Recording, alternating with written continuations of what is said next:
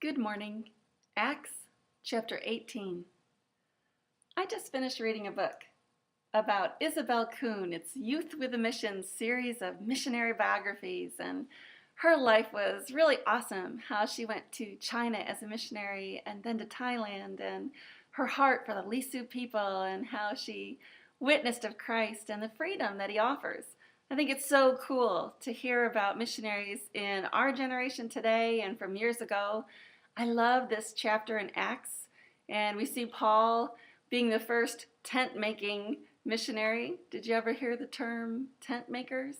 He actually made tents for a living, and so when he went, tent making was his day job. We think of him just preaching all the time, but this chapter starts out his day job. He went and made tents with these guys that he met, and he lived with them and made tents, and on the weekend he would go and preach at church and tell them the truth that the Messiah is really Jesus Christ. That's the one you're looking for. And then when enough people came, then he could full-time devote himself to preaching. But it's just so cool how God uses each of us where we are, and it might change at the point in life we're at and the vision that he gives us, but we just need to be faithful to witness for him. And to witness just means to tell what you've seen and heard. What has Jesus done for you? Acts chapter 18. After this, Paul left Athens and went to Corinth. There he met a Jew named Aquila, a native of Pontus who had recently come from Italy with his wife Priscilla, because Claudius had ordered all the Jews to leave Rome. Paul went to see them, and because he was a tent maker as they were, he stayed and worked with them. Every Sabbath he reasoned in the synagogue, trying to persuade Jews and Greeks. When Silas and Timothy came from Macedonia, Paul devoted himself exclusively to preaching, testifying to the Jews that Jesus was the Christ.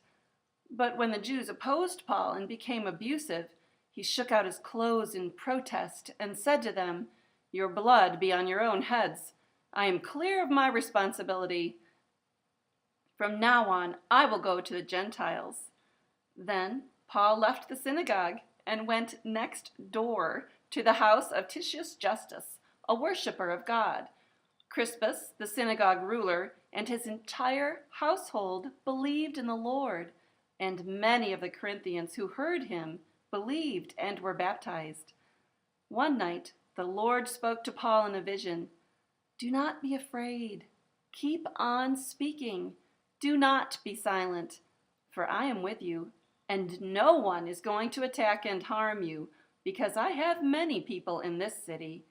So Paul stayed for 1.5 years, teaching them the word of God. While Gallio was proconsul of Achaia, the Jews made a united attack on Paul and brought him into court. "This man," they charged, "is persuading the people to worship God in ways contrary to the law." Just as Paul was about to speak, Gallio said to the Jews, "If you Jews were making a complaint about some misdemeanor or serious crime, it would be reasonable for me to listen to you. But since it involves questions about words and names in your own law, settle the matter yourselves. I will not be a judge of such things." So he had them ejected from the court. Then they all turned on Sosthenes, the synagogue ruler, and beat him in front of the court. But Gallio showed no concern whatever. Paul stayed on in Corinth for some time. Then he left the brothers and sailed for Syria, accompanied by Priscilla and Aquila. Before he sailed, he had his hair cut off at Cenchrea because of a vow he had taken. They arrived at Ephesus, where Paul left Priscilla and Aquila. He himself went into the synagogue and reasoned with the Jews. When they asked him to spend more time with them, he declined. But as he left, he promised, "I will come back if it is God's will." Then he set sail from Ephesus. When he landed at Caesarea, he went up and greeted the church and then went down to Antioch. After spending some time in Antioch, Paul set out from there and traveled from place to place throughout the region of Galatia and Phrygia, strengthening all the disciples. Meanwhile, a Jew named Apollos, a native of Alexandria, came to Ephesus. He was a learned man, with a thorough knowledge of the Scriptures. He had been instructed in the way of the Lord, and he spoke with great fervor and taught about Jesus accurately, though he knew only the baptism of John. He began to speak boldly in the synagogue. When Priscilla and Aquila heard him, they invited him to their home and explained to him the way of God more adequately. When Apollos wanted to go to Achaia, the brothers encouraged him and wrote to the disciples there to welcome him. On arriving, he was a great help to those who by grace had believed, for he vigorously refuted the Jews in public debate, proving from the Scriptures that Jesus was the Christ.